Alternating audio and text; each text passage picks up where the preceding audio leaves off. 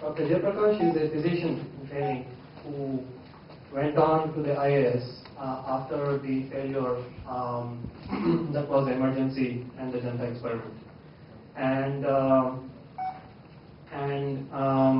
since all of us are here from academic backgrounds, we'll appreciate that he was a topper at the IAS exam and distinguished himself in 16 years of service, where among other things, he has made deep contributions to things like the RTI, the state of Andhra Pradesh, and so on. Just to give a few examples, in his career as a collector in AP, he made significant contributions like rehabilitating 8,000 youth from the Vizag steel plant displacement that happened, and irrigated 200,000 acres in Prakasham district. And if you're from AP, you will understand what kind of a macroeconomic change that was to the state.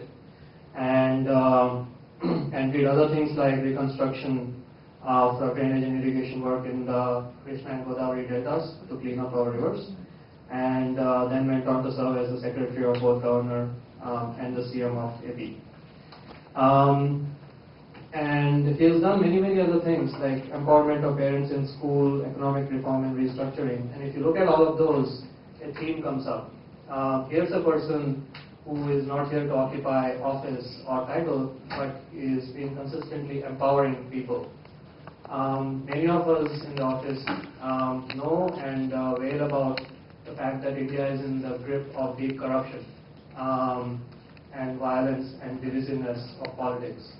And whenever India has faced crises like these, people like Lokmanya Tilak, Vivekananda, Vallabhbhai Patel, Nehru and Gandhi have arisen. And I believe, having known him for the last 2 or 3 years, that Dr. Jayaprakash is one of those. So with that, I would like him to address us. Thank you. Thank you, Lalitesh, for those very generous words of introduction.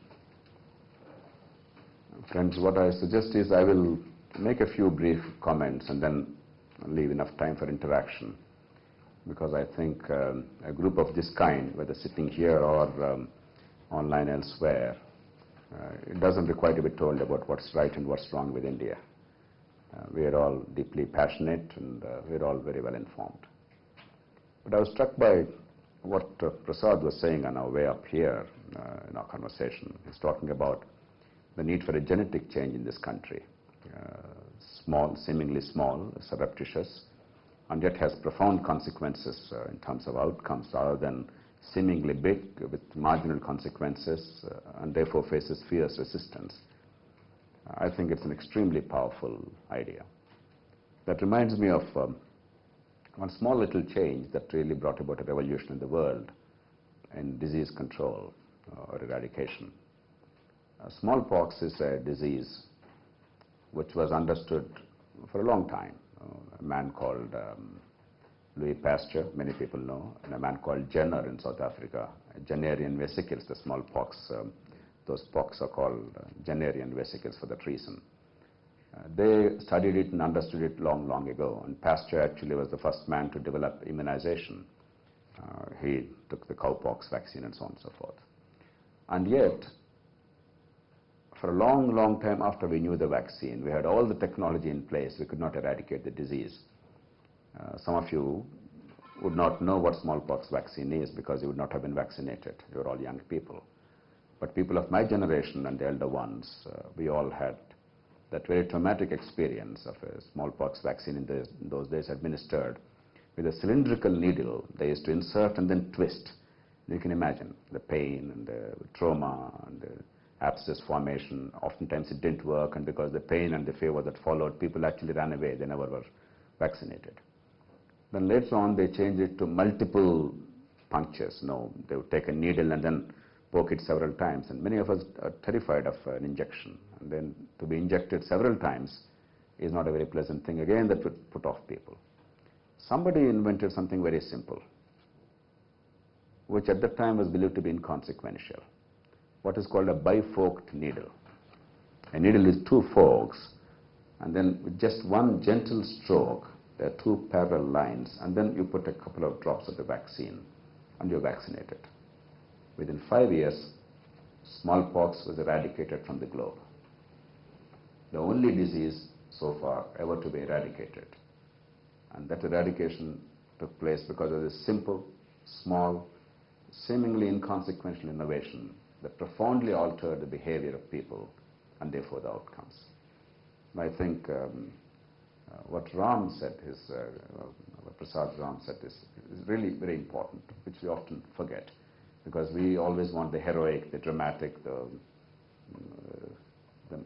something that makes us martyrs rather than that brings about fundamental change. And in that sense, the leap of ideas that you guys are involved in your professional work and in your public work is, I think, incredibly important, and I'm delighted to be with you because this intoxication of sharing of ideas and the viral effect of the spread of ideas and when two frames of reference collide and the way something dramatically new emerges, that's an exciting process. I still remember with great fondness the book by Arthur Koestler, The Act of Creation, where he describes in a very innovative way how exactly the creative process takes place. Why is it that we're all so concerned, even as all of you, many of us, have in personal terms very fulfilled lives? That's one of the strange things about our country. Each of you, a member of the Google family or some other very successful enterprise in this country or wherever you're working in the world, has a lot to be proud of. There's a lot of dignity in personal life, a lot of opportunity for vertical mobility. The whole world is before us, so to speak, and yet there is this disquiet. There are, of course, micro reasons, 1,000 micro reasons. Like it took me about 70 minutes to drive from the airport to this place this morning. I'm lucky that it did not take me 150 minutes. Could well have been 150 minutes. And a few months ago, when I was traveling in Bengaluru city, I provided for something like 120 minutes, thinking that would be adequate to cross Bangalore. I was coming from Mysore. I thought 120 minutes would be enough to cross the city to go to the airport, but it was not. I barely caught the airplane. But these are many micro things. But behind it, there's a larger picture. In 1947, when British left, India's share of global GDP was 2%. It used to be sometime in 1800, near about 20%. The numbers could be for who really calculated in 1800. So these are conjectures about 1800. But 1947 was a reasonably accurate number. By 1991, after 44 years of tremendous labor and several 5-year plans and great developmental work, India has achieved 1% global GDP. From 2% in 44 years, we came down to 1%. And then, of course, there was a change of track out of compulsion, not design. And as a result, in 2009, we are back to 2%. The net result is, in 62 years, we ran very hard to remain where we were. And many of the things that we see around us are in many ways consequences of this stagnation. Just now, last night I flew in from Kuala Lumpur. You don't have to go to a first world country. Even countries which were comparable to us 30, 40 years ago, when you see the dramatic changes there, even as we recognize some of the blessings that we have, like the liberty and the harmony in society despite so much of diversity and so on and so forth. But despite those, we also see the tremendous sense of loss and pain that we feel because of so much that would have been so easily done. The challenge and opportunity both are the same, and that is, in the next 30 years, India could well be the second largest economy if we set our house in order. It's a possibility, it's an opportunity, but it's